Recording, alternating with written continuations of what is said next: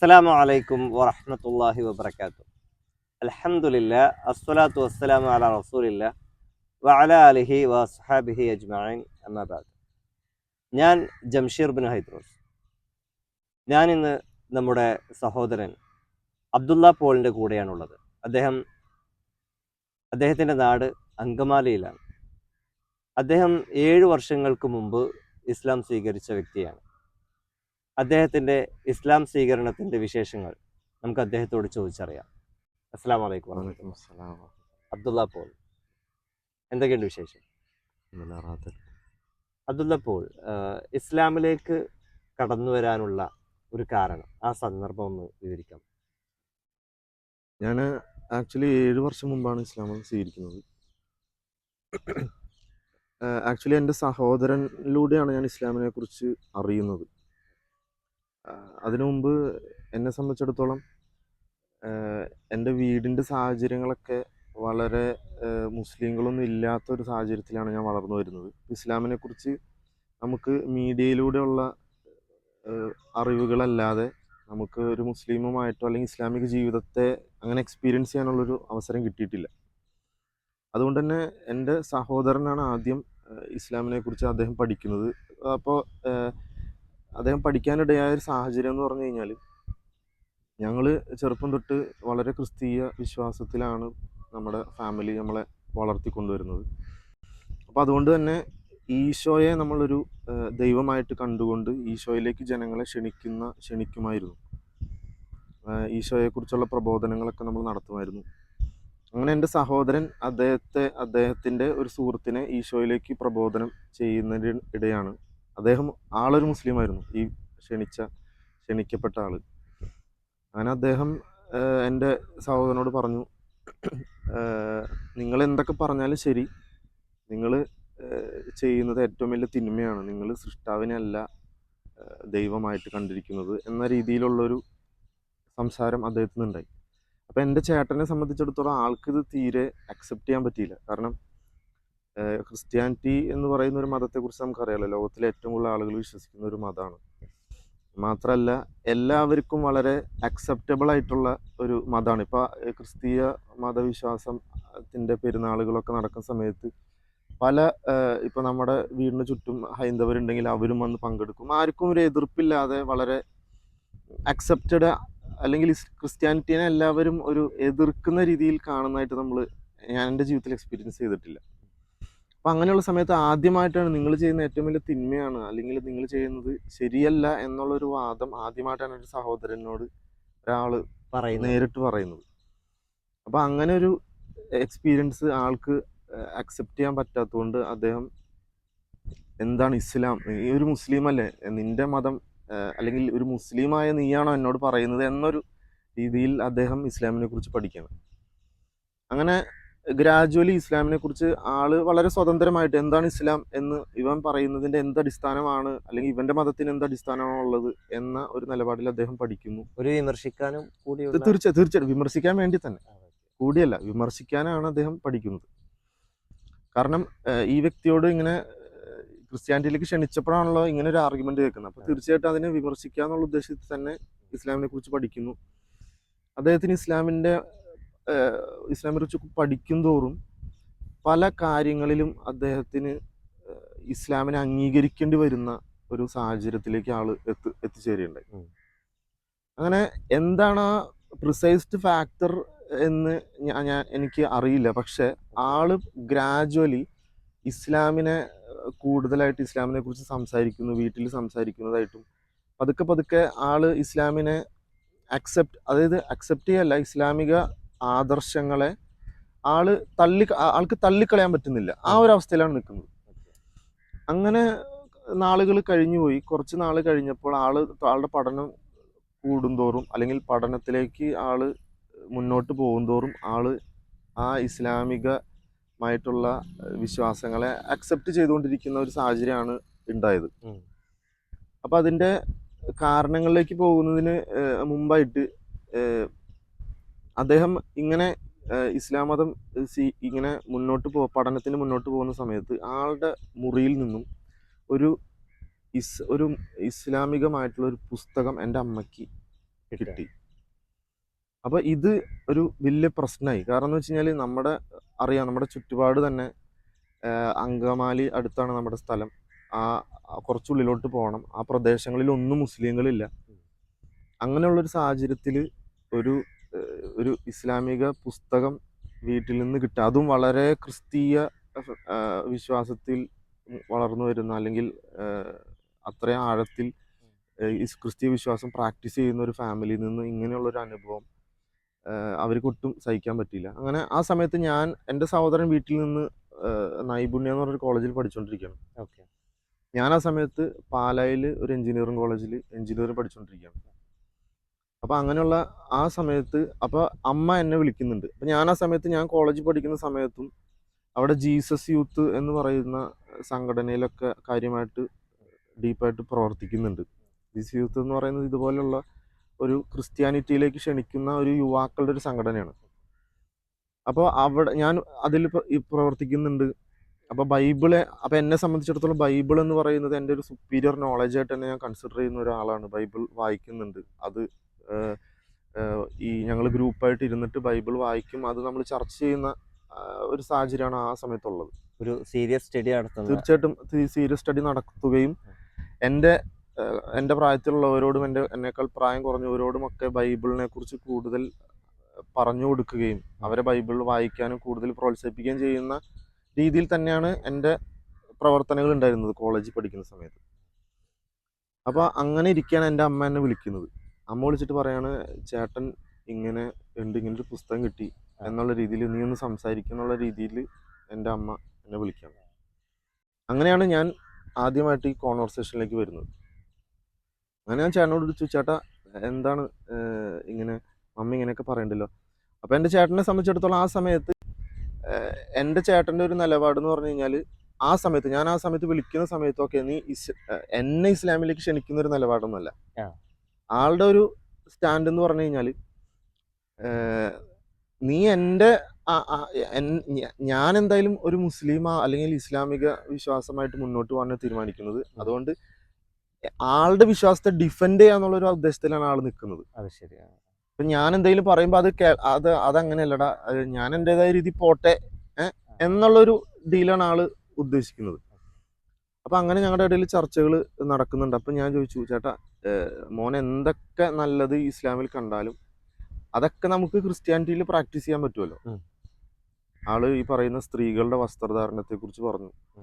അപ്പോൾ തീർച്ചയായിട്ടും അക്സെപ്റ്റ് ചെയ്യേണ്ടതാണ്. കാരണം ഈ കാലഘട്ടത്തിൽ ഒരു പുരുഷനെ സംബന്ധിച്ചിടത്തോളം സ്ത്രീയുടെ ശരീരഭാഗങ്ങൾ അവനെ മോശമായ രീതിയിൽ ഉത്തേജിപ്പിക്കും എന്ന് ശാസ്ത്രം പോലും പറയുന്നുണ്ട്. അപ്പോൾ അങ്ങനെയുള്ള സാഹചര്യത്തിൽ വളരെ മോശമായ രീതിയിലുള്ള വസ്ത്രം ധരിക്കുന്ന സാഹചര്യത്തിൽ ഇതുപോലെയുള്ള വളരെ മാന്യമായിട്ടുള്ള വസ്ത്രധാരണത്തെ പ്രൊമോട്ട് ചെയ്യുന്നുണ്ട് ഇസ്ലാം. അത് ഇസ്ലാമിക നിയമമാണ്. അപ്പോൾ അതൊക്കെ ഞാൻ അംഗീകരിച്ചു. ഞാൻ പറഞ്ഞു, ഓക്കെ, നമ്മുടെ ഭാര്യമാരെ അല്ലെങ്കിൽ നമ്മുടെ മക്കളെ, നമ്മുടെ സഹോദരങ്ങളൊക്കെ നമ്മൾക്ക് നല്ല രീതിയിൽ വസ്ത്രം ധരിപ്പിച്ചാൽ പോരെ, എന്തിന് വേറൊരു മതത്തിലേക്ക് പോകണം എന്നുള്ളൊരു ആർഗ്യുമെന്റാണ് ഞാൻ മുന്നോട്ട് വയ്ക്കുന്നത്. അപ്പോൾ ആള് ഡിഫെൻഡ് ചെയ്തുകൊണ്ടിരിക്കുകയാണ്. അത് അങ്ങനെയല്ല,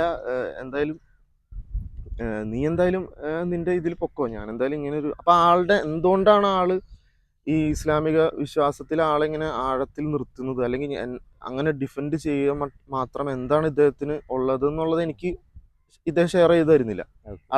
ആളുടേതൊരു പേഴ്സണൽ ആയിട്ടുള്ള ഇത് വെക്കുകയാണ്. അപ്പൊ ഞാൻ ചോദിച്ചു, ചേട്ടാ എന്ത് വിഷയം തന്നെ എടുത്തോട്ടെ, അതിലൊക്കെ തന്നെയും നമുക്ക് ഇത്രയും നമ്മുടെ മതത്തിലും അത് തന്നെ നമുക്ക് പ്രാക്ടീസ് ചെയ്യാൻ പറ്റും. മാത്രമല്ല നമ്മുടെ മതം ലോകത്തിലെ ഏറ്റവും കൂടുതൽ ആളുകൾ വിശ്വസിക്കുന്ന മതമാണ്.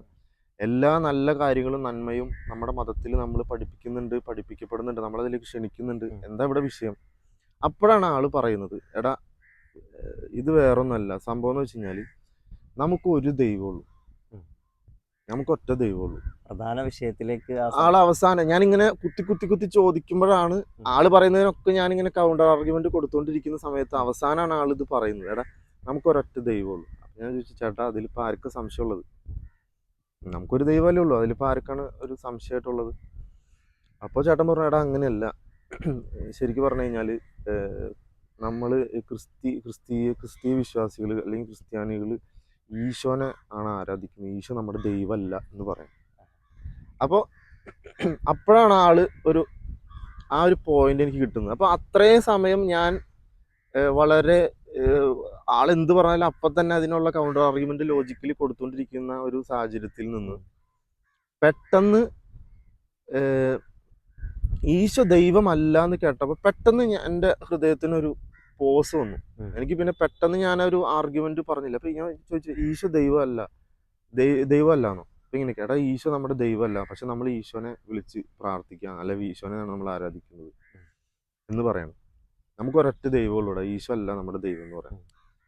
അപ്പൊ ഇങ്ങനെ പറയുന്ന സമയത്ത് നമുക്കറിയാം, നമ്മൾ ബൈബിൾ വായിക്കുന്ന സമയത്ത് എന്താണ് ഈശോ പ്രാർത്ഥിക്കുന്നതായിട്ടും ഈശോ അത്ഭുതങ്ങൾ ചെയ്യുന്നതിന് മുമ്പും പ്രാർത്ഥിക്കുന്നതായിട്ടും ഈശോ ഒരു സുപ്പീരിയർ ബീയിങ്ങിനോട് ഇടപഴകുന്നതുമായിട്ടൊക്കെ നമ്മൾ ബൈബിളിൽ കാണുന്നുണ്ട്. പക്ഷെ എങ്കിലും ഈശോ ദൈവം അല്ല, അല്ലെങ്കിൽ ഈശോ ദൈവം അല്ല എന്നുള്ള ഒരു ചിന്ത, അല്ലെങ്കിൽ അങ്ങനെയൊന്നും നമ്മൾ ചിന്തിച്ചിട്ടില്ല. നമ്മൾ നമ്മുടെ പുരോഹിതന്മാർ നമുക്ക് പറഞ്ഞു തന്നതുപോലെ ഈശോ ആണ് നമ്മുടെ ദൈവം എന്ന രീതിയിൽ ഈശോനെ ആരാധിക്കുന്നു, നമ്മൾ അങ്ങനെ തന്നെ ചെയ്തു പോകുന്ന ഇങ്ങനൊരു ചിന്ത, ഇങ്ങനൊരു ആർഗ്യുമെന്റ് ഞാൻ അപ്പോഴാണ് ഫേസ് ചെയ്യുന്നത്. നമ്മുടെ ആ ഫിത്രത്ത് കൊണ്ടാണോ എന്ന് അറിയില്ല, പെട്ടെന്ന് ഞാൻ അവിടെ ഒന്ന് സ്റ്റക്കായി. പിന്നെ കൗണ്ടർ ചെയ്യാൻ ഇല്ല, പിന്നെ എനിക്ക് കൗണ്ടർ ചെയ്യാൻ പെട്ടെന്ന് ഞാൻ നിന്നിട്ട് അപ്പൊ ഞാൻ നിർത്തിയപ്പോ ആളുടെ ഉദ്ദേശം എന്ന് പറയുന്നത് ഡിഫെൻഡിങ് ആണല്ലോ. ആള് പ്രത്യേകിച്ച് വേറെ ഇസ്ലാമിക ആശയമൊന്നും എന്നിലേക്ക് ഏൽപ്പിക്കുന്ന ഒരു രീതിയിലോ അല്ലെങ്കിൽ എന്നെ അതിലേക്ക് ക്ഷണിക്കോ അതൊന്നും ചെയ്യുന്നില്ല. ആള് ജസ്റ്റ് നീ നിർത്തിയാണെങ്കിൽ ഞാൻ നിർത്തി എന്നുള്ളൊരു അവസ്ഥയിലാണ് ആള് നിൽക്കുന്നത്. ആള് പെട്ടെന്ന് അത് അവസാനിപ്പിച്ചു. അപ്പോൾ ഇതാണ് ഫസ്റ്റ് ഈ വിഷയമായിട്ടുള്ള ഞങ്ങളുടെ ചർച്ചയിലുണ്ടായ സംഭവം. അങ്ങനെ ഞാനും എന്ത് ചെയ്തു, അങ്ങനെ ചർച്ച അവസാനിച്ചു. പക്ഷെ ഫോൺ വെച്ചിട്ടും എൻ്റെ ഉള്ളില് ഇതൊരു വല്ലാത്തൊരു ചോദ്യമായിട്ട് നിൽക്കണം. ഈശോ ദൈവമല്ലേ, ഈശോ ദൈവമാണോ എന്നുള്ളൊരു ചോദ്യം. അപ്പൊ ഞാനത് ഏറ്റവും കൂടുതൽ ചിന്തിക്കാനുള്ളൊരു കാരണം എന്ന് പറയുന്നത്, ബൈബിളിന്റെ അടിസ്ഥാനം തന്നെ പാപത്തെ ബൈബിൾ ഡിഫൈൻ ചെയ്യുന്നത് ഇപ്പൊ 1 യോഹന്നാൻ 3:4 1 യോഹന്നാൻ 3:4 വചനത്തിൽ പറയുന്നത്, പാപം ചെയ്യുന്നവൻ നിയമം ലംഘിക്കുന്നു, പാപം എന്നാൽ അത് നിയമലംഘനമാണ്. അതാണ് ബൈബിളിന്റെ പാപത്തെ കുറിച്ചുള്ള ഡെഫിനിഷൻ. അപ്പോൾ പാപം ചെയ്യുന്നവൻ നിയമം ലംഘിക്കുന്നു, പാപം എന്നാൽ നിയമലംഘനമാണ്. അപ്പൊ നിയമം എന്താണെന്നൊരു ചോദ്യമുണ്ട്. അത് നമ്മളൊക്കെ ചെറുപ്പത്തിൽ ഈ വേദ കാറ്റിസത്തിലൊക്കെ നമ്മൾ പഠിക്കുന്ന ഒരു വിഷയമാണ്. നിയമം എന്ന് പറയുന്നത് മോശ പ്രവാചകന് നൽകപ്പെട്ട നിയമങ്ങളെയാണ് ഇവിടെ നിയമം കൊണ്ട്. അതായത് ദൈവ പ്രമാണങ്ങൾ ലംഘിക്കുമ്പോഴാണ് ഒരാൾ പാപിയായി മാറുന്നത്. അപ്പോൾ എന്നെ സംബന്ധിച്ചിടത്തോളം നമ്മൾക്കറിയാം, നമ്മൾ എപ്പോഴും ദൈവത്തിൽ വിശ്വസിക്കുന്ന ഒരാളെ സംബന്ധിച്ചിടത്തോളം അവൻ്റെ ഒരു ഇൻറ്റൻഷൻ എന്ന് പറയുന്നത് എപ്പോഴും പാപമില്ലാതെ ജീവിച്ച് മരിക്കുക എന്നുള്ളതാണല്ലോ. അതിപ്പോൾ നമ്മൾ പാപികളാണെങ്കിൽ പോലും നമ്മൾ ഇതുപോലുള്ള കുമ്പസാരങ്ങൾ അല്ലെങ്കിൽ പാപങ്ങൾ ഏറ്റുപറഞ്ഞ് പശ്ചാത്തപിക്കുന്ന ഒരു മനോഭാവത്തിലുള്ള ഒരാൾ തന്നെയായിരുന്നു. എന്ത് പാപം സംഭവിച്ചാലും അത് പശ്ചാത്തപിച്ച് ഒന്ന് പാപമില്ലാതെ ജീവിക്കുക എന്നുള്ളത് ആണ് നമ്മുടെ ഒരു ഇൻറ്റൻഷൻ ആയിരുന്നത്. അപ്പൊ പാപത്തെ ബൈബിൾ ഡിഫൈൻ ചെയ്യുന്നത് ഇങ്ങനെയാണെങ്കിൽ, പാപം എന്ന് പറയുന്നത് ഈ നിയമം ലംഘിക്കുന്നതാണെങ്കിൽ ഏറ്റവും പ്രധാനപ്പെട്ട നിയമം എന്താണ് എന്നൊരു ചോദ്യമുണ്ട്. ഇതേ ചോദ്യം ബൈബിളിൽ 2 സന്ദർഭങ്ങളിലായിട്ട് ബൈബിളിൽ രേഖപ്പെടുത്തുന്നുണ്ട്. ഈശോയോട് ഒരു നിയമജ്ഞൻ, ഒരു നിയമ പണ്ഡിതൻ, യഹൂദ പണ്ഡിതൻ ഈശോനോട്, ഈശോ ഒരു പള്ളിയിൽ, ഒരു സിനഗോഗിൽ പ്രഭാഷണം നടത്തുന്നതിരിക്കെ ഒരു യഹൂദ പണ്ഡിതനും നിയമജ്ഞൻ എന്ന് പറയുന്നത് ഈ തൗറാത്തൊക്കെ പഠിച്ച് ജനങ്ങൾക്ക് വിധി പറഞ്ഞു കൊടുക്കുന്ന നിയമപണ്ഡിതൻ, അദ്ദേഹം ഇത് കേട്ടിട്ട്, ഈശോ പറയുന്നതൊന്നും കേട്ടിട്ട് നിഷേധിക്കാൻ കഴിയുന്നില്ല. പക്ഷെ ആളിതൊക്കെ കേട്ട് ഇങ്ങനെ നിന്നിട്ട് ആള് ഇദ്ദേഹത്തോട്, ഈശോനോട് ചോദിക്കുന്ന ഒരു സന്ദർഭമാണ് ഇതാണ് ചോദ്യം ചോദിക്കുന്നത്. എങ്കിൽ നീ പറയുക, നീ പറയുന്നതൊക്കെ ശരി തന്നെ എന്ന് പറഞ്ഞിട്ടാണ് പറയുന്നത്. എങ്കിൽ നീ പറയുക, സുപ്രധാന കൽപ്പന ഏത്? അതായത് ഏറ്റവും പ്രധാനപ്പെട്ട നിയമം എന്ത്? നിയമം എന്നുള്ളൊരു വാക്ക് മറ്റൊരു ബൈബിളിലെ 2-ാമത്തെ ഭാഗത്ത് പരാമർശിക്കപ്പെടുന്നുണ്ട്. 2 സന്ദർഭങ്ങളിൽ ഇതേ സംഭവം വിവരിക്കുന്നുണ്ട്, 2 സുവിശേഷങ്ങളിൽ. അപ്പോൾ ഈശോ ഏറ്റവും പ്രധാനപ്പെട്ട നിയമം ഏതാണ് എന്ന് ചോദിക്കുമ്പോൾ ഈശോ എഴുന്നേറ്റ് നിന്ന് പറയുന്നത്, ഇസ്രായേലെ കേട്ടുകൊള്ളുക, നിന്റെ ദൈവമായ കർത്താവ്, ഏക കർത്താവ്, അവനെ പൂർണ്ണ ഹൃദയത്തോടും പൂർണ്ണ ആത്മാവോടും പൂർണ്ണ മനസ്സോടും കൂടി സ്നേഹിക്കുക, ആരാധിക്കുക എന്നതാണ് ഈശോ പറയുന്നത്. അപ്പൊ നിന്റെ ദൈവമായ കർത്താവ് ഏക കർത്താവ്. അപ്പൊ ഇത് നമ്മളൊക്കെ ചെറുപ്പത്തിൽ ഈ മോശ പ്രവാചകന് നൽകപ്പെട്ട 10 കൽപ്പനകൾ എന്ന് പറഞ്ഞിട്ട് നമ്മൾ പഠിക്കുന്നതാണ്. അതിൽ ഒന്നാമത്തെ കൽപ്പന നിന്റെ ദൈവമായ കർത്താവ് ഞാനാകുന്നു, ഞാനല്ലാതെ മറ്റൊരു ദൈവം നിനക്ക് ഉണ്ടാകരുത് എന്ന കൽപ്പനയാണ് ഒന്നാമത്തെ പ്രമാണം. ഈ കൽപ്പനയാണ് ഈശോ അവിടെ പറഞ്ഞത്. ദൈവമായ കർത്താവ് ഏകനാണ്, അവനെ മാത്രം പരിപൂർണമായി നമ്മൾ എന്ത് ചെയ്യണം, സ്നേഹിക്കണം എന്നുള്ള ഒരു ഒന്നാമത്തെ കൽപ്പന ഈശോ ചൂണ്ടിക്കാണിക്കുന്നു. അപ്പൊ ഏറ്റവും പ്രധാനപ്പെട്ട കൽപ്പന ഒന്നാമത്തെ കൽപ്പനയാണെങ്കിൽ അത് ദൈവം ഏകനാണ്, ഞാനല്ലാതെ മറ്റൊരു ദൈവം നിനക്ക് ഉണ്ടാകാൻ പാടില്ല എന്നതാണ് ആ കൽപ്പന. ഈ കൽപ്പന ഈ ബൈബിളിലെ ആദ്യ പുസ്തകങ്ങളിൽ, നിയമാവർത്തന പുസ്തകങ്ങളിലൊക്കെ മോശ പ്രവാചകന് ഈ കൽപ്പന 10 കൽപ്പനകൾ എന്നൊക്കെ പറയുന്ന പുറപ്പാട് പുസ്തകത്തിൽ 20-ാമത്തെ അധ്യായത്തിൽ, നിയമാവർത്തന പുസ്തകം 5-ാമത്തെ അധ്യായത്തിലും ഈ 2 ഭാഗങ്ങൾ ഇതേ സെയിം, അതായത് മോശ പ്രവാചകന് ഈ കൽപ്പന നൽകുന്ന വിശദീകരിക്കുന്നുണ്ട്. അപ്പൊ ഇതിൽ ആദ്യത്തെ കൽപ്പന ഈ കൽപ്പനയാകുമ്പോൾ ഇവിടെ നമ്മൾ പറഞ്ഞു പാപം എന്നത് നിയമലംഘനമാകുന്നു, പാപം എന്നാൽ അത് നിയമലംഘനമാണ് എന്ന് ബൈബിൾ പഠിപ്പിക്കുമ്പോൾ ഇവിടെ ഈശോ പറയുന്നു ഏറ്റവും പ്രധാനപ്പെട്ട കൽപ്പന എന്ന് പറയുന്നത് ഒന്നാമത്തെ നിയമം, ഏറ്റവും പ്രധാനപ്പെട്ട നിയമം, സുപ്രധാന നിയമം എന്താണ് ചോദ്യം. എന്ന് പറഞ്ഞാൽ നമുക്കറിയാലോ, നല്ലത്, സുവിശേഷം, നല്ല വിശേഷം, സുപ്രധാന, ഏറ്റവും നല്ലതും ഏറ്റവും പ്രധാനപ്പെട്ടതുമായ നിയമം ഏതാണെന്ന് ചോദിക്കുമ്പോൾ ഒന്നാമത്തെ കൽപ്പനയായിട്ടുള്ള നിന്റെ ദൈവം കർത്താവ് ഞാനാകുന്നു, ഞാനല്ലാതെ മറ്റൊരു ദൈവം നിനക്ക് ഉണ്ടാകരുത് എന്ന കൽപ്പനയിലേക്ക് ഈശോ വിരൽ ചൂണ്ടാണ്. അപ്പോൾ എനിക്ക് മനസ്സിലായി, ആ ദൈവത്തെ മാത്രമേ നമ്മൾ ആരാധിക്കാൻ പാടുള്ളൂ എന്നതാണ് ഒന്നാമത്തെ കൽപ്പന.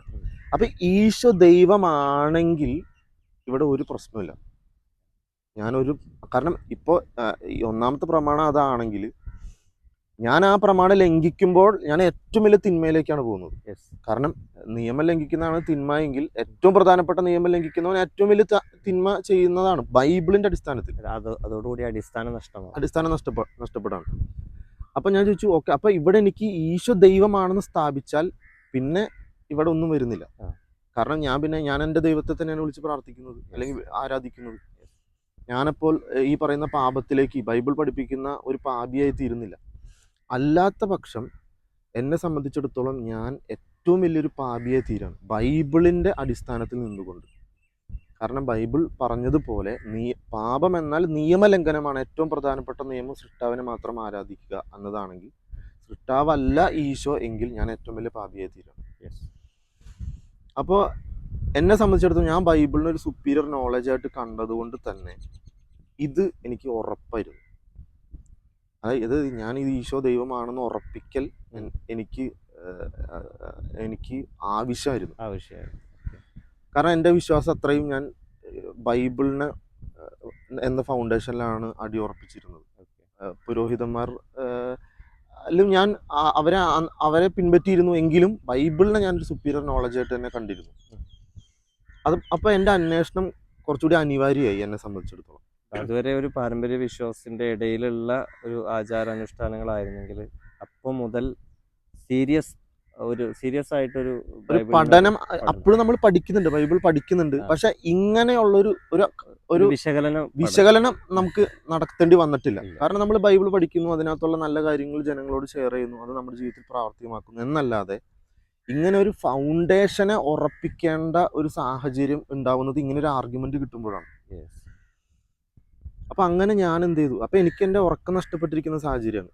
കാരണം ഇത് നമ്മുടെ വിശ്വാസത്തിന്റെ അടിസ്ഥാനമാണല്ലോ, അടിത്തറയിലാണ് ഒരു ആർഗ്യുമെന്റ് വന്ന് കിടക്കുന്നത്. അപ്പൊ ഞാൻ എന്ത് ചെയ്തു, ഞാൻ ഈശോ എന്താ പറയണേ എന്നുള്ളത് അറിയാം എന്നുള്ള നിലപാട് തന്നെ സ്വീകരിച്ചിട്ട് ബൈബിൾ ഈ പുതിയ നിയമത്തെ വാക്കെടുത്ത് പരിശോധിക്കാൻ തുടങ്ങി. ബൈബിളിൽ എന്താണ് ഈശോ എന്താണ് പറയുന്നത്, ഈശോ തന്നെ ദൈവമായിട്ടാണ് സ്ഥാപിക്കുന്നതെങ്കിൽ പിന്നെ എന്നെ സംബന്ധിച്ചിടത്തോളം ഞാൻ പിന്നെ വേറെ ഒന്നിലേക്ക് ശ്രദ്ധിക്കില്ല. കാരണം എന്നെ സംബന്ധിച്ചിടത്തോളം അന്നത്തെ തെളിവ് എനിക്ക് ബൈബിളാണ്. ബൈബിൾ എനിക്ക് ഖുർആനിൽ ഇങ്ങനെ പറയുന്നു എന്നുള്ള എന്ത് ആർഗ്യുമെന്റ് അതിലേക്ക് ചിന്തിച്ചു പോലുമില്ല. അങ്ങനെ ഒരു ആർഗ്യുമെന്റ് വന്നാൽ തന്നെയും എന്നെ സംബന്ധിച്ചിടത്തോളം ഖുർആൻ എനിക്ക് തെളിവല്ല, അക്സെപ്റ്റബിൾ അല്ല. അപ്പൊ നമുക്ക് അങ്ങനെ അതിലേക്ക് ഒരു ശ്രദ്ധ പോലും വരുന്നില്ല. പക്ഷെ അപ്പൊ ബൈബിൾ എന്താ പറയുന്നതെന്നുള്ള ഒരു മാത്രം അതിൽ മാത്രം ആയതുകൊണ്ട് തന്നെ ബൈബിളിൽ ഞാൻ ഇങ്ങനെ ഓരോ വാക്കുകൾ എടുത്ത് അത്രയും സൂക്ഷ്മമായിട്ട് സിൻസിയർ ആയിട്ട് വളരെ ആത്മാർത്ഥമായിട്ട് തന്നെയാണ് പരിശോധിക്കുന്നത്.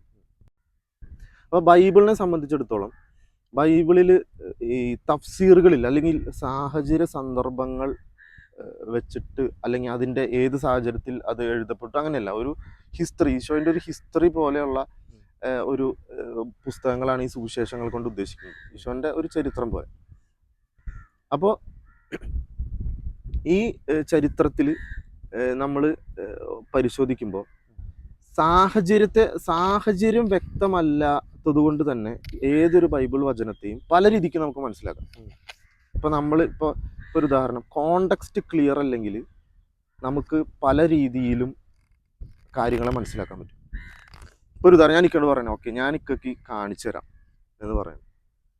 അതൊരാൾ ഇതുപോലെ എഴുതിയെടുക്കുകയാണെങ്കിൽ അയാൾക്ക് നമ്മുടെ ഇടയിലുള്ള സാഹചര്യം അറിയില്ലെങ്കിൽ അതിന് ഏത് രീതിയിലും അതിനെ കണക്കാക്കാം. കാരണം ഭാഷയിൽ ഒരു അങ്ങനെയുള്ള ചിലപ്പോൾ വാക്കിൽ ഇന്ന അർത്ഥമാണെങ്കിലും ചിലപ്പോൾ സാഹചര്യങ്ങളിൽ മാറും. ഇപ്പോൾ ഉദാഹരണം ഞാൻ ഇക്കയ്ക്ക് കാണിച്ചു തരാമെന്ന് പറയുമ്പോൾ ഒരാൾക്ക് പറയാം നമ്മൾ തമ്മിൽ എന്തെങ്കിലും ഒരു ഇഷ്യൂ ഉണ്ട് എന്ന് സ്ഥാപിക്കാം. അല്ലെങ്കിൽ ഈ പറഞ്ഞ പോലെ ഞാൻ എന്തെങ്കിലും ഒരു ഒബ്ജക്റ്റ് ഇക്കയ്ക്ക് കാണിച്ചു തരാം എന്ന് ഏതോ ഒരു സാഹചര്യത്തിൽ പറഞ്ഞു എന്നും സ്ഥാപിക്കാം.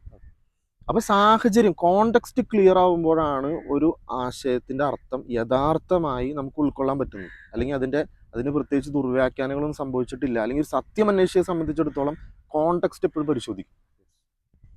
കാരണം സത്യം അറിയണമെങ്കിൽ അതിന്റെ കോണ്ടെക്സ്റ്റ് കൂടി പരിശോധിക്കും. അപ്പൊ അങ്ങനെ കോണ്ടെക്സ്റ്റ് വ്യക്തമാകുന്ന വചനങ്ങളിൽ മാത്രമേ ഞാൻ ഈ പറയുന്ന പഠനം ഉദ്ദേശിക്കുന്നു. അപ്പൊ ഞാൻ ഇതിന്റെ കോണ്ടെക്സ്റ്റ് ഇതിന്റെ എല്ലാം പരിശോധിക്കുന്നുണ്ട്. അങ്ങനെ കോണ്ടെക്സ്റ്റ് ക്ലിയർ ആയിട്ടുള്ള 2 സന്ദർഭങ്ങളാണ് എന്നെ സ്ട്രൈക്ക് ചെയ്യുന്നത്. അവിടെ കോണ്ടെക്സ്റ്റ് ക്ലിയർ ആയതുകൊണ്ട് തന്നെ അവിടെ എന്താണോ അവിടെ പറയപ്പെട്ടത് അത് തന്നെയാണ് അതിന്റെ അർത്ഥം. അപ്പുറത്തേക്ക് ഒരു ദുർവ്യാഖ്യാനത്തിന് അവിടെ പഴുതില്ല. അപ്പൊ മറ്റ് വചനങ്ങളും എൻ്റെ ശ്രദ്ധയിൽ പെടുന്നുണ്ടെങ്കിലും ഈശോ ദൈവമല്ല എന്ന് ഒരു ദുർവ്യാഖ്യാനത്തിന് പോലും പഴുതില്ലാതെ വ്യക്തമായി എക്സ്പ്ലിസിറ്റായി മനസ്സിലാകുന്ന 2 വചന സന്ദർഭങ്ങളാണ് എന്നെ ഏറ്റവും കൂടുതൽ സ്ട്രൈക്ക് ചെയ്യുന്നത്. അതായത് മൊത്തത്തിൽ ഞാൻ ബൈബിൾ പരിശോധിച്ചപ്പോൾ ഈശോ ദൈവമാണ് എന്ന് വ്യക്തമാകുന്ന കോണ്ടെക്സ്റ്റിൽ ക്ലിയർ ആകുന്ന ഒരു വചനം പോലും കണ്ടില്ല എന്ന് മാത്രമല്ല, ഈശോ ദൈവമല്ല എന്ന് വളരെ എക്സ്പ്ലിസിറ്റ് ആയിട്ട് സ്ഥാപിക്കുന്ന വചനങ്ങൾ കാണാണ്ടിടയായി. അതിൽ ഏറ്റവും പ്രധാനപ്പെട്ട 2 സന്ദർഭങ്ങൾ ഞാൻ വേണമെങ്കിൽ ഈ ഒരു സമയത്ത് ഒന്ന് പറയാം. അതിലൊന്നെന്ന് പറയുന്നത്, അപ്പോൾ യഹൂദന്മാരെ സംബന്ധിച്ചിടത്തോളം അവർക്ക് അന്ത്യദിനത്തിൽ വിശ്വാസമുണ്ട്. എല്ലാ പ്രവാചകന്മാരും പഠിപ്പിച്ചിട്ടുണ്ടല്ലോ അന്ത്യദിനത്തിലുള്ള വിശ്വാസത്തെക്കുറിച്ച്. അപ്പോൾ ഈ അവസാനത്തെ മണിക്കൂർ സംഭവിക്കുന്നത് എപ്പോഴാണ് സംഭവിക്കുന്നത് എന്നൊരു ക്യൂരിയോസിറ്റി ഏതൊരു വിശ്വാസിക്കും ഉണ്ടാവും.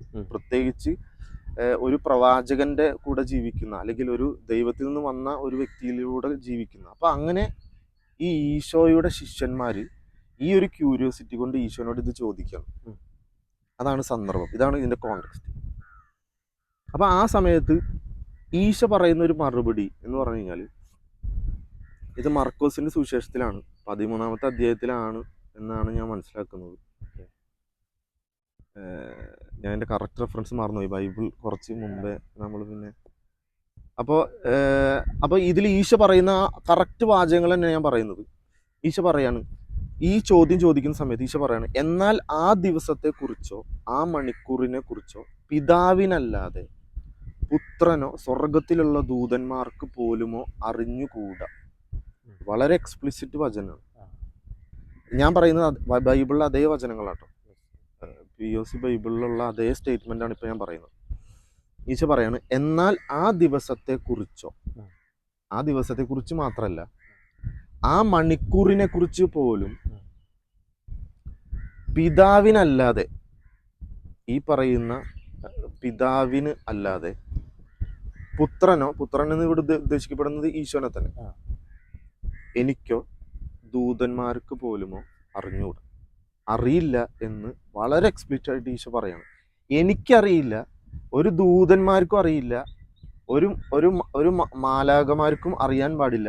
എന്നാൽ പിതാവിനത് അറിയുന്നു, പിതാവിന് മാത്രമേ അത് അറിയാൻ പാടുള്ളൂ എന്ന എക്സ്പ്ലിസിറ്റ് ആയിട്ടുള്ള ഇൻഫർമേഷനാണ് ഇവിടുന്ന് കിട്ടുന്നത്. അപ്പോൾ അപ്പം ഞാൻ നേരത്തെ പറഞ്ഞ പോലെ ഇപ്പോൾ ക്രിസ്തീയ വിശ്വാസത്തെക്കുറിച്ച് അറിയാത്ത സഹോദരങ്ങൾ ഇത് കേൾക്കുന്നുണ്ടെങ്കിൽ അവർക്ക് മനസ്സിലാൻ വേണ്ടിയിട്ട് പറയാണ്. ക്രിസ്തീയ വിശ്വാസത്തിൻ്റെ അടിസ്ഥാനം എന്ന് പറയുന്നത് മെജോറിറ്റി ഓഫ് ദ ക്രിസ്ത്യൻ വിഭാഗങ്ങളും വിശ്വസിക്കുന്നത് ത്രിത്വത്തിലാണ്. ത്രിത്വം എന്നതിൻ്റെ അടിസ്ഥാനത്തിലാണ് അവർ ദൈവത്തെ മനസ്സിലാക്കുന്നത്. അപ്പോൾ ത്രിത്വം എന്ന് പറയുന്നത് പിതാവല്ല പുത്രൻ, പുത്രനല്ല പരിശുദ്ധാത്മാവ്, പരിശുദ്ധാത്മാവല്ല പിതാവ് എങ്കിലും ഇവർ 3 പേരും കൂടി ചേരുന്ന അവസ്ഥയിലാണ് ഒരു സത്തയിൽ ഒരുമിക്കുമ്പോഴാണ് ആ ത്രിയേക ദൈവം ഉണ്ടാകുന്നത് അങ്ങനെയാണ് എന്നാണ് ഇവർ വിശ്വസിക്കുന്നത്. അപ്പോൾ ഈശോയും ദൈവമാണ്, പിതാവും ദൈവമാണ്, പരിശുദ്ധാത്മാവും ദൈവമാണ്. അതാണ് ത്രിത്വത്തിന്റെ അടിസ്ഥാനം. അപ്പൊ അങ്ങനെയാണ് ത്രിത്വത്തിന്റെ അടിസ്ഥാനം. അപ്പോൾ ഇത് ഞാനിപ്പോൾ പറഞ്ഞത് അങ്ങനെ അറിയാത്ത ആരെങ്കിലും ഉണ്ടെങ്കിൽ മനസ്സിലാക്കാൻ വേണ്ടിയിട്ട് പറഞ്ഞു. അപ്പം ഇവിടെ ഈശോ പറയാണ്, ആ അവസാനത്തെ മണിക്കൂറിനെ കുറിച്ച് എനിക്ക് അറിയില്ല എന്ന് ക്ലിയർ ആണ്. ഈശോ അവിടെ അറിയാമെങ്കിൽ അറിയില്ല എന്ന് അവിടെ പറയില്ല, കാരണം അത് നുണ പറഞ്ഞ പോലെ. അപ്പൊ അറിയാവുന്ന ഒരു കാര്യം അറിയില്ല എന്ന് പറയേണ്ട കാര്യമില്ല, അതുകൊണ്ട് പറയാതിരിക്കാം. പക്ഷെ അറിയില്ല എന്ന് പറയുമ്പോൾ അതവിടെ എനിക്കറിയില്ല എന്നുള്ള ഒരു ക്ലിയർ ആണ്. അപ്പൊ ഈ ലോകത്തിന്റെ അവസാനം അല്ലെങ്കിൽ അവസാന മണിക്കൂറിനെ കുറിച്ച് അറിയാത്ത ഒരു ദൈവത്തിന് എങ്ങനെയാണ് ഈ ലോകത്തെ സൃഷ്ടിക്കാൻ പറ്റുക? ഈ ലോകം എന്ന് പറയുന്നത് ഈ പ്രപഞ്ചത്തിൽ എന്തോരം ഒരു കടുകുമണിക്ക് അത്ര പോലും ഇല്ല. ആ ലോകത്തിലെ മനുഷ്യന്റെ മേൽ വിധി കൽപ്പിക്കപ്പെടുന്ന ആ അവസാന മണിക്കൂർ എന്നാണ് എന്ന് പോലും അറിയാത്ത ഈശോയാണ് ഈ കടുകുമണിക്ക് പോലും ഇല്ലാത്ത ഈ ലോകത്തിന് അപ്പുറം കിടക്കുന്ന വിശാലമായ പ്രപഞ്ചത്തെ മുഴുവൻ തൻ്റെ അറിവിൽ നിന്നും സൃഷ്ടിച്ച് സംവിധാനിച്ചത് എന്ന് എങ്ങനെ ഒരാൾക്ക് വിശ്വസിക്കാൻ പറ്റും?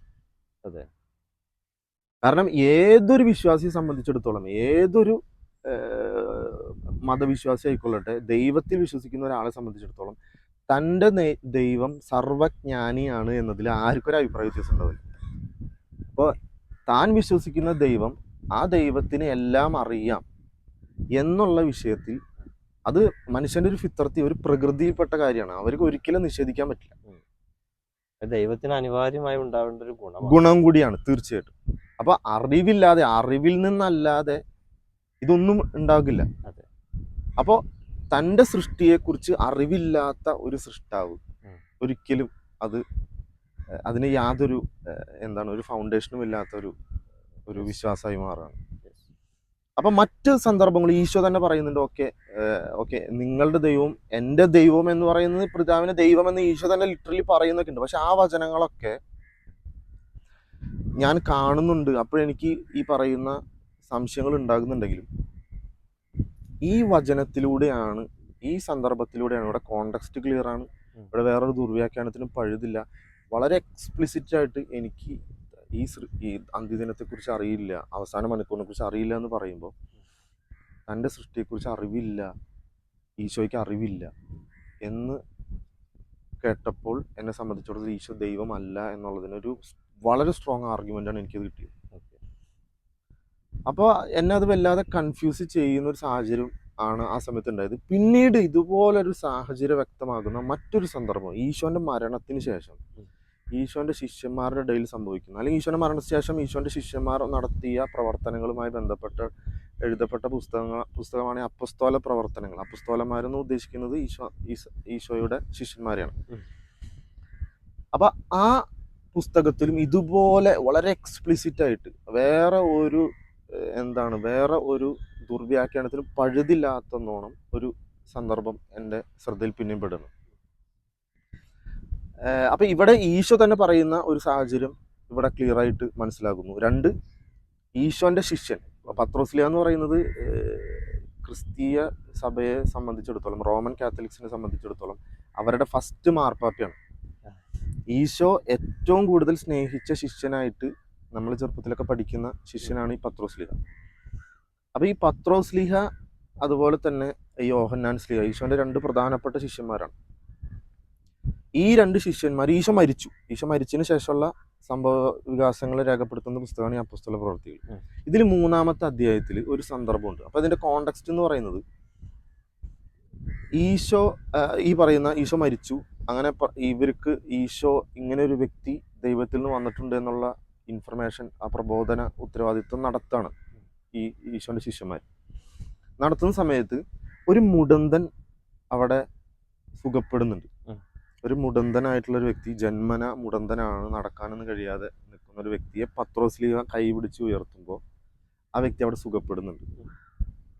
അപ്പൊ ഇത് സുഖപ്പെട്ടപ്പോൾ ആളുകളൊക്കെ ഇത് കണ്ട് ഭയങ്കര അത്ഭുതം കാണിച്ചത് അവിടെ ചുറ്റും കൂടുന്നുണ്ട്.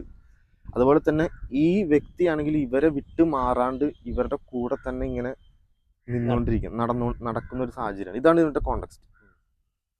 അപ്പൊ ഈ കോണ്ടെക്സ്റ്റിൽ സമയത്ത് പത്രോസ്ലീഹ, അപ്പൊ ഈ പറയുന്ന സോളമന്റെ മണ്ഡപം എന്ന് പറയുന്ന സുലൈമാൻ നബിയുടെ വളരെ പ്രധാനപ്പെട്ട ഒരു സദസ്സിലാണ് ഇത് സംഭവിക്കുന്നത്. ഒരുപാട് ജനങ്ങൾ അവിടെ വട്ടം കൂടുന്നുണ്ട്, ഇവരുടെ ചുറ്റും ഓടിക്കൂടുന്നതായിട്ടൊക്കെ ബൈബിളിൽ ആ സമയത്ത് പറയുന്നുണ്ട്. അപ്പൊ അങ്ങനെയുള്ള സമയത്ത് പത്രോസ്ലീഹ പറയുന്ന ഒരു സ്റ്റേറ്റ്മെന്റ്, പത്രോസ്ലീഹ പറയണം, ഓൾമോസ്റ്റ് സെയിം വചനങ്ങൾ തന്നെയാണ് ഞാൻ പറയുന്നത്. പത്രോസ്ലീഹ പറയണം, അതായത് ഞങ്ങളുടെ കഴിവ് കൊണ്ട് ഇവനെന്തോ അല്ലെങ്കിൽ ഇവന് ഈ അത്ഭുതം നടത്തി എന്ന മട്ടിൽ ഞങ്ങളെ നിങ്ങൾ സൂക്ഷിച്ചു നോക്കുന്നത് എന്തിനും, ഈ ജനങ്ങളോടും ഈ വ്യക്തിയോടും കൂടിയിട്ട് പറയാണ്, ഞങ്ങളുടെ കഴിവ് കൊണ്ട് എന്തോ സംഭവിച്ചു എന്ന മട്ടിൽ നിങ്ങൾ ഞങ്ങളെ സൂക്ഷിച്ചു നോക്കുന്നത് എന്തിന്. എന്നിട്ട് പറയാണ്, പത്രോസ്ലീഹ പറയാണ്, അബ്രാഹത്തിന്റെയും ഇസ്ഹാക്കിന്റെയും യാക്കോബിന്റെയും ദൈവം, നമ്മുടെ പിതാക്കന്മാരുടെ ദൈവം തൻ്റെ പരിശുദ്ധ ദാസനായ യേശു ക്രിസ്തുവിനെ മഹത്വപ്പെടുത്തിയിരിക്കുന്നു. ഇവിടെ എന്താ സംഭവിച്ചത്, അല്ലെങ്കിൽ ഇവിടെ നടന്ന ഈ അത്ഭുതത്തിന്റെ അടിസ്ഥാനം എന്താണെന്ന് ജനങ്ങൾ മുഴുവൻ ഓടിക്കൂടുന്ന സമയത്ത്, അവരൊക്കെ ഇങ്ങനെ നോക്കിക്കൊണ്ടിരിക്കുന്ന സമയത്ത് അവരോട് അതിന്റെ അടിസ്ഥാനത്തെ പ്രബോധനം ചെയ്യാണ്. നിങ്ങൾ നോക്കുന്നത് ഞങ്ങളുടെ കഴിവുകൊണ്ട് ഞങ്ങൾ എന്തോ ചെയ്ത മട്ടില്ല, ഞങ്ങളെ നോക്കിയിട്ടൊന്നും കാര്യമില്ല. ഇവിടെ സംഭവിച്ചത് എന്ന് പറയുന്നത് അബ്രഹാത്തിന്റെയും ഇസാക്കിന്റെയും യാക്കോബിന്റെയും ദൈവം തൻ്റെ പരിശുദ്ധ ദാസനായ യേശു ക്രിസ്തുവിനെ മഹത്വപ്പെടുത്തിയിരിക്കും. അപ്പൊ ഇത് പറയുന്നത് ഈശോന്റെ കൂടെ സഹവസിച്ച് 3 വർഷത്തോളം ഈശോന്റെ കൂടെ രാപ്പകലില്ലാതെ ഈശോയിൽ നിന്നും പഠനം നടത്തിയ ഈശോന്റെ ഏറ്റവും പ്രിയപ്പെട്ട ശിഷ്യൻ, ക്രൈസ്തവ റോമൻ കത്തോലിക്ക വിഭാഗത്തെ സംബന്ധിച്ചിടത്തോളം അവരുടെ ആദ്യത്തെ മാർപ്പാപ്പ പ്രഖ്യാപിക്കുകയാണ് തൻ്റെ വിശ്വാസ പ്രഖ്യാപനം ജനങ്ങളുടെ ഇടയിൽ. ഞാൻ നോക്കിയപ്പോൾ ഇവിടെ നമ്മൾ മനസ്സിലാക്കേണ്ട ഒരു വിഷയം എന്ന് വെച്ച് കഴിഞ്ഞാൽ, ബൈബിളിൽ കുറേ ഉപമകൾ വെച്ചിട്ട് ഈശോ സംസാരിക്കുന്ന സാഹചര്യങ്ങളാണ്. അപ്പോൾ ഈ ഉപമയിൽ വളരെ പ്രധാനപ്പെട്ട രണ്ട് വാക്കുകളാണ് ദാസനും യജമാനനും. ദാസനും യജമാനനുമായി ബന്ധപ്പെട്ട് ഒരുപാട് ഉപമകൾ ബൈബിളിൽ കാണാൻ പറ്റും. അപ്പോൾ ദാസൻ എന്ന് പറയുന്നത് അല്ല യജമാനൻ, യജമാനനല്ല ദാസൻ. യജമാനെ സംബന്ധിച്ചിടത്തോളം ആ യജമാനനെ സേവിക്കുന്ന ഒരു വ്യക്തിയാണ് ദാസൻ എന്ന് ബൈബിളിലെ സകല ഉപമകളിൽ, ദാസൻ എന്ന് എവിടെയൊക്കെ പരാമർശിച്ചിട്ടുണ്ടോ അവിടുത്തെ ഉപമകളുടെ ഒക്കെ കോണ്ടെക്സ്റ്റ് പരിശോധിച്ചാൽ മനസ്സിലാവും, തൻ്റെ യജമാനനെ സേവിക്കുന്ന ഒരു വ്യക്തിയാണ് ഈ ദാസൻ എന്നുകൊണ്ട് ഉദ്ദേശിക്കുന്നത്. അപ്പൊ ഇവിടെ പത്രോസ്ലീഹ പ്രഖ്യാപിക്കുകയാണ്, ഈ ജനങ്ങളൊക്കെ ഓടിക്കൂടുന്ന സമയത്താണെന്ന് ആലോചിക്കണം. അപ്പൊ ഒന്ന് ആലോചിക്കുക, ഈ ജനങ്ങളൊക്കെ ഓടിക്കൂടുന്ന സമയത്ത് ഈ ഈശോ എന്ന ദൈവം ഇവിടെ വന്നിട്ടുണ്ട് എന്ന് ഈശോനെ ദൈവമായിട്ട് ഹൈലൈറ്റ് ചെയ്യാൻ കിട്ടിയ ഏറ്റവും വലിയ അവസരം ആണ്, പ്രബോധനത്തിന് പറ്റിയ ഏറ്റവും അവസരമാണ്. ആളുകൾ, അതും സോളമന്റെ മണ്ഡപം എന്ന് പറയുന്നത് ഇവരെ സംബന്ധിച്ചിടത്തോളം ഒഫീഷ്യൽ ഒരു സ്ഥലമാണ്. സോളമൻ പ്രവാചകന്റെ അദ്ദേഹം ഉണ്ടാക്കിയ മണ്ഡപം. അപ്പൊ അവിടെയാണ് ജനങ്ങൾ ഓടിക്കൂടി നിൽക്കുന്നത്. ഇത്രയും വലിയൊരു അത്ഭുതം അവിടെ നടന്നിട്ടുണ്ട്. അപ്പൊ ജനങ്ങളൊക്കെ കാതോർത്തിരിക്കുകയാണ്, ഇവരെന്താ പറയുന്നത്, സ്തബ്ധരായിട്ട് നിൽക്കണം. ആ സമയത്താണ് ഇവിടെ പ്രഖ്യാപനം നടക്കുന്നത്. എന്ത്? അബ്രഹാത്തിന്റെയും ഇസഹാക്കിന്റെയും യാക്കോബിന്റെയും ദൈവം, നമ്മുടെ പിതാക്കന്മാരുടെ ദൈവം തൻ്റെ പരിശുദ്ധ ദാസനായ യേശു ക്രിസ്തുവിനെ മഹത്വപ്പെടുത്തിയിരിക്കുന്നു. അപ്പോൾ പച്ചയ്ക്ക് പറയുകയാണെങ്കിൽ ഒരു മുസ്ലിമിന്റെ വിശ്വാസം അവിടെ ഈശോന്റെ ശിഷ്യൻ പ്രഖ്യാപിക്കുകയാണ്, അബ്രഹാത്തിന്റെയും ഇബ്രാഹിം നബിയുടെയും ഇസാഖ് നബിയുടെയും യാക്കോബ് നബിയുടെയും ദൈവം, അതായത് നമ്മുടെ പൂർവ്വപിതാക്കന്മാരുടെ ദൈവം, ആ ദൈവത്തിന്റെ ഒരു പരിശുദ്ധനായ ദാസൻ മാത്രമാണ് ഈശോ. ഇതാണല്ലോ ഒരു മുസ്ലിമിനെ സംബന്ധിച്ചിടത്തോളം ഈസാ നബിയെ കുറിച്ച് പറയുന്നത്. ഇതേ വിശ്വാസം ഈശോയുടെ ശിഷ്യൻ, ഏറ്റവും പ്രധാനപ്പെട്ട പ്രധാനപ്പെട്ട ശിഷ്യൻ പ്രഖ്യാപിക്കാം.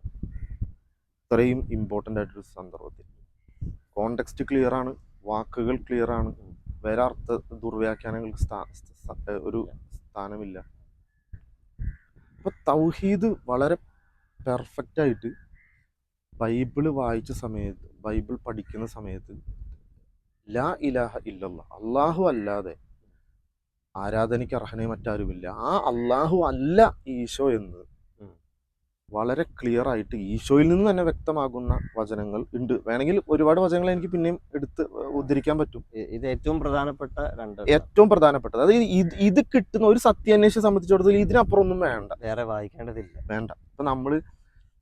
ഇപ്പൊ നമ്മളൊരു ഒരു ഒരു 10 ലിറ്റർ പാലില് ഒരു ചെറിയ കഷ്ണം ഒരു എന്തെങ്കിലും ഒരു വേസ്റ്റ്, ആ ഒരു ചെറിയ കഷ്ണം കിട്ടിക്കഴിഞ്ഞു കഴിഞ്ഞാൽ പിന്നെ ആ പാല് മൊത്തം പിന്നെ കുടിക്കാൻ യോഗ്യമല്ല എന്ന് മനസ്സിലാക്കാൻ വേണ്ടി പ്രത്യേകിച്ച് ടെസ്റ്റ് ഒന്നും നടത്തേണ്ട കാര്യമില്ല. അപ്പോൾ ഇത്രയും ആധികാരികമായിട്ട് ഇവിടെ വിഷയം തെളിഞ്ഞപ്പോൾ എന്നെ സംബന്ധിച്ചിടത്തോളം ഞാൻ എത്തുന്നത് അപ്പൊ ഒന്നാമത്തെ കാര്യം, ഇപ്പൊ ഞാൻ ഈ ബൈബിളിന്റെ കാര്യങ്ങൾ ഇങ്ങനെയുള്ള കാര്യങ്ങളൊക്കെ പറയുമ്പോൾ ആളുകൾ തെറ്റിദ്ധരിക്കുന്ന മറ്റൊരു വിഷയം, പ്രത്യേകിച്ച് ക്രൈസ്തവ സഹോദരങ്ങൾ തെറ്റിദ്ധരിക്കാനിടയുള്ള സംഭവം വിഷയം എന്ന് പറഞ്ഞു കഴിഞ്ഞാൽ, ബൈബിളിൽ കുറെ തെറ്റുകൾ കണ്ടു അല്ലെങ്കിൽ കുറെ പിഴവുകൾ കണ്ടെത്തി എന്നതുകൊണ്ടാണ് ഞാൻ ഇസ്ലാം സ്വീകരിച്ചെന്നൊക്കെ ഒരു തെറ്റിദ്ധാരണയുണ്ട്. പക്ഷെ അതല്ല കേട്ടോ കാരണം. ഖുർആനിനെ കുറിച്ച് പഠിക്കാനിടയായ ഒരു സാഹചര്യം മാത്രമാണ് ഇത് പറഞ്ഞത്, ഞാൻ പറഞ്ഞത്. അല്ലാതെ ഇത് കണ്ടോടുകൂടി ഓക്കെ ഇസ്ലാമാണ് സത്യം എന്ന് പറഞ്ഞിട്ട് ഞാൻ ബൈബിൾ ഇസ്ലാം സ്വീകരിക്കാൻ തയ്യാറായി. ആ സമയത്ത് ജ്യേഷ്ഠൻ സ്വീകരിച്ചിട്ടുണ്ടായിരുന്നു. ജ്യേഷ്ഠൻ ഓൾമോസ്റ്റ് അക്സെപ്റ്റഡ് ആയിട്ടുള്ള സമയമാണ്. പിന്നെ ഞങ്ങൾ ആ സമയത്ത് ഞങ്ങളുടെ ഇടയിലുള്ള ആർഗ്യുമെന്റിലൊക്കെ ആള് ഈ പറയുന്ന നമുക്കൊരു ദൈവമുള്ളൂ എന്നുള്ള വിഷയത്തിൽ തന്നെ നിൽക്കാണ്. എങ്കിലും ആളെന്നെ അധികം പുഷ് ചെയ്യുന്നില്ല. ഞാനിത് പഠിക്കണം അല്ലെങ്കിൽ നീ ഇത് മനസ്സിലാക്കണം എന്നുള്ള രീതിയിലൊന്നും പുഷ് ചെയ്യുന്നില്ല. പക്ഷെ ഇവിടെ നമുക്കൊരു ദൈവമുള്ളൂ എന്നുള്ള ഒരു പ്രബോധനം അവിടെ നടക്കുന്നുണ്ട്. എന്നാ നീ ഇസ്ലാമിനെ കുറിച്ച് പഠിക്കണം എന്നുള്ളൊരു പുഷ് എനിക്ക് വരുന്നില്ല അദ്ദേഹത്തിന്. പക്ഷെ ഇതെന്റെ ഒരു ഉറപ്പിന് വേണ്ടിയിട്ടാണ് ഞാൻ പഠനം നടത്തുന്നത് ഈ ഒരു ആർഗ്യുമെന്റ് വന്നപ്പോൾ. അപ്പൊ അങ്ങനെ എനിക്ക് ബൈബിൾ പരിശോധിച്ചപ്പോൾ മനസ്സിലായി, ഈശോ അല്ല പിതാവ്. പിതാവ് ദൈവമാണെങ്കിൽ ഈശോ ദൈവമല്ല. ഈശോ ദൈവത്തിന്റെ ഒരു പരിശുദ്ധനായ ദാസൻ. ആ ദൈവത്തോട് പ്രാർത്ഥിച്ച് അത്ഭുതങ്ങൾ നടത്തിയപ്പോഴും ദൈവത്തോട് ഇപ്പൊ മോശ പ്രവാചകൻ അത്ഭുതം നടത്തി, ചെറിയ അത്ഭുതമാണ് നടത്തിയത്. ഇപ്പൊ നമ്മളൊരു കടലിന്റെ തീരത്താണ്, കടലിലേക്ക് നോക്കിയാൽ തന്നെ നമുക്കറിയാം എത്ര വിശാലമാണ് ഈ കടൽ. ആ കടലും പിളർത്തി അതിന് നടുക്ക് മോശ പ്രവാചകന്റെ അനുയായികൾക്ക് കടന്നു പോകാൻ മാത്രം ഒരു അത്ഭുതം മോശ പ്രവാചകൻ നടത്തിയിട്ടുണ്ട്. അപ്പൊ അത്രയും വലിയൊരു അത്ഭുതം നടത്തിയപ്പോഴും മോശ പ്രവാചകൻ ദൈവത്തോട് പ്രാർത്ഥിച്ച് ചെയ്യുന്നത് പോലെ തന്നെ ഈശോ പ്രാർത്ഥിക്കുന്നു, ദൈവം അവിടെ പ്രവർത്തനം. ഇപ്പൊ പത്രോസിലെ പറഞ്ഞ പോലെ തന്റെ പരിശുദ്ധ ദാസനെ മഹത്വപ്പെടുത്തുന്നു. പരിശുദ്ധ ദാസന്മാരെ ദൈവം മഹത്വപ്പെടുത്തുന്നതാണ് അവരിലൂടെ നടക്കുന്ന കറാമത്ത് പ്രവർത്തനങ്ങൾ. അപ്പൊ അങ്ങനെയാണ് ഇതിന്റെ വസ്തുത. ഇപ്പൊ തൗഹീദ് എനിക്ക് ഏകദേശം 1 മാസം കൊണ്ട് തന്നെ ബൈബിളിന്റെ പഠനത്തിലേക്ക് മനസ്സിലായി. പക്ഷെ അഷ്ഹദു അല്ലാ ഇലാഹ ഇല്ലല്ലാഹ്, അതായത് അള്ളാഹു അല്ലാതെ ആരാധനയ്ക്ക് അർഹൻ. കാരണം സൃഷ്ടാവ് അള്ളാഹു ആണെങ്കിൽ ഇപ്പൊ അള്ളാഹ് എന്ന് പറയുന്നത് നമ്മൾ ഉദ്ദേശിക്കുന്നത്, അള്ളാഹു നമ്മൾ വിളിക്കുമ്പോൾ ഉദ്ദേശിക്കുന്നത്, ഇപ്പോൾ ആ മുസ്ലിങ്ങളായിട്ട് സഹോദരങ്ങൾ ഉണ്ടെങ്കിൽ അവർക്ക് മനസ്സിലാക്കാൻ വേണ്ടിയിട്ട് പറയാം. കാരണം എനിക്കുണ്ടായ ഒരു ഡൗട്ടായിരുന്നു, അള്ളാഹ് എന്ന് വിളിക്കുമ്പോൾ ഏതോ ഒരു അറബികളുടെ ഏതോ ഒരു ദൈവത്തെയാണോ അല്ലെങ്കിൽ മുസ്ലിങ്ങളുടെ മാത്രമുള്ള ഒരു ദൈവത്തെയാണോ ഉദ്ദേശിക്കുന്നത് എന്നൊക്കെ ആളുകൾ തെറ്റിദ്ധരിക്കാം. അള്ളാഹ് എന്നതുകൊണ്ട് ഉദ്ദേശിക്കുന്നത് അറബിയിൽ യഥാർത്ഥ ദൈവത്തിന് വിളിക്കുന്ന ഒരു അഡ്ജക്റ്റീവാണ് ശരിക്കും അള്ളാഹ് എന്ന് പറയുന്നത്. ഒരു ഉദാഹരണം എന്ന് പറയുന്നത്, ഇപ്പോൾ ഒരു വിഭാഗം ആളുകൾ ഇവിടെ നിൽക്കുന്നുണ്ട്, അവരിൽ ഒരാൾക്ക് മാത്രം നല്ല പൊക്കമുണ്ട്. അപ്പം അങ്ങനെയാണെങ്കിൽ ഞാൻ ആ പൊക്കമുള്ളവൻ ഇങ്ങോട്ട് വന്നതെന്ന് പറഞ്ഞു കഴിഞ്ഞാൽ ഒരാൾ ഇങ്ങോട്ട് വരുള്ളൂ. അതൊരു ആ പൊക്കമുള്ള ആളുടെ ഒരു സവിശേഷതയാണത്, പൊക്കം. അപ്പൊ ആ പൊക്കമുള്ള ആള് എന്ന് പറയുമ്പോൾ അതിപ്പോ ഞാൻ ഇങ്ങനെ ചൂണ്ടിയാലും ആ ചൂണ്ടലൊന്നും ഇങ്ങോട്ട് മാറിയാലും ആ പൊക്കമുള്ള ആളായിരിക്കും വരിക എന്ന് പറയുന്ന പോലെ അള്ളാഹ് എന്ന് പറയുന്ന ഈ സവിശേഷ നാമത്തെ എന്ന് ഉദ്ദേശിക്കുന്നത് യഥാർത്ഥ ആരാധനയ്ക്ക് അർഹൻ. ഇപ്പൊ അറബി വാക്കുകൾക്ക് തന്നെ മലയാളത്തിൽ ഒറ്റ വാക്കുകൊണ്ട് നമുക്കിത് തർജ്ജിമ ചെയ്യാൻ പറ്റുന്നില്ല. നമ്മൾ അറബി പഠിക്കുമ്പോൾ നമുക്ക് മനസ്സിലാവും ഓരോ വാക്കുകൾ തന്നെയും ഭയങ്കര വിശദീകരണങ്ങൾ തരും നമുക്ക്. അപ്പൊ അള്ളാഹ് എന്ന് പറയുമ്പോൾ ആരാധനയ്ക്ക് അർഹൻ, യഥാർത്ഥ ആരാധ്യൻ എന്ന ഒരു ആണ്. യഥാർത്ഥ ആരാധ്യൻ ആരാണ്? ഈ പ്രപഞ്ചത്തെ മുഴുവൻ സൃഷ്ടിച്ചവൻ ആരാണോ അവനിലേക്കാണ് ആ വിളി പോകുന്നത്. അവൻ ഒരാളെ ഉള്ളൂ എന്നുള്ളത് നമുക്കറിയാം. അപ്പോൾ ആ സൃഷ്ടാവിലേക്ക് മാത്രമാണ് ഈ അള്ളാഹ് എന്നതുകൊണ്ട് വിളിക്കുമ്പോൾ ഉദ്ദേശിക്കപ്പെടുന്നത്. അതാരും മുസ്ലിങ്ങളെ സഹോദരങ്ങൾ കേൾക്കുന്നുണ്ടെങ്കിൽ അത് തെറ്റിദ്ധരിക്കപ്പെടേണ്ടതില്ല എന്നുള്ള എനിക്ക് പറഞ്ഞു. അപ്പോൾ ഞാൻ പറഞ്ഞു വന്നത്, അപ്പോൾ എനിക്ക് വല്ലാത്ത ഈ ലാ ഇലാഹ ഇല്ലല്ലാ എന്നുള്ള ഒരു മാസം കൊണ്ട് എനിക്ക് മനസ്സിലായി, അത് ബൈബിളിൽ നിന്ന് തന്നെ മനസ്സിലായി. ആ സമയത്ത് എനിക്ക് അങ്ങടേക്ക് ഖുർആനിലേക്കോ അല്ലെങ്കിൽ ഇസ്ലാമിക വിശ്വാസത്തെ എന്താണെന്നോ ഞാൻ പഠിക്കാനോ അങ്ങടേക്ക് തിരിഞ്ഞു നോക്കാൻ പോയിട്ടില്ല. പക്ഷെ എന്നെ സംബന്ധിച്ചിടത്തോളം 23 വയസ്സിലാണ് ഞാൻ ഇസ്ലാം സ്വീകരിക്കുന്നത്. 23 വർഷവും എനിക്കറിയാത്ത ഒരു വസ്തുത, ഒരു ഫാക്റ്റ്, ഈശോ ദൈവമല്ല എന്നുള്ളൊരു വസ്തുത, ഇതെനിക്ക് പറഞ്ഞു തരുന്നത് ഖുർആനാണ്. അതായത് എൻ്റെ സഹോദരനാണ് പറഞ്ഞു തരുന്നെങ്കിലും അദ്ദേഹത്തിൻ്റെ സോഴ്സ് എന്ന് പറയുന്നത് ആധികാരികമായിട്ട് ഖുർആനാണ്. ഖുർആൻ വളരെ ക്ലിയറാണ്. മെസ്സിഹ് തന്നെയാണ് അള്ളാഹു എന്ന് വിശ്വസിച്ചവർ തീർച്ചയായും വഴിപടച്ചിരിക്കുന്നു. വളരെ ക്ലിയർ ആയിട്ടുള്ള ഈശോ അല്ല സൃഷ്ടാവായ അള്ളാഹു എന്ന് വളരെ എക്സ്പ്ലിസിറ്റ് ആയിട്ട് ഖുർആൻ പ്രതിപാദിക്കുന്നുണ്ട്. അതുപോലെ തന്നെ ത്രീത്വത്തെക്കുറിച്ച് വളരെ ക്ലിയർ ആയിട്ട് 3ഓളം സന്ദർഭങ്ങളിൽ ഖുർആൻ പറയുന്നുണ്ട്. നിങ്ങളുടെ നന്മയ്ക്കായിട്ട് തന്നെ അതിൽ നിന്ന് വിരമിക്കുക എന്നൊക്കെ വളരെ കൃത്യമായിട്ട് പറയുന്നുണ്ട്. അപ്പോൾ അങ്ങനെ ഞാൻ നോക്കിയപ്പോൾ 23 വർഷം എനിക്കറിയാത്ത ഈ വസ്തുത, സത്യം എനിക്ക് പറഞ്ഞു തരുന്നത് ഖുർആനാണ്.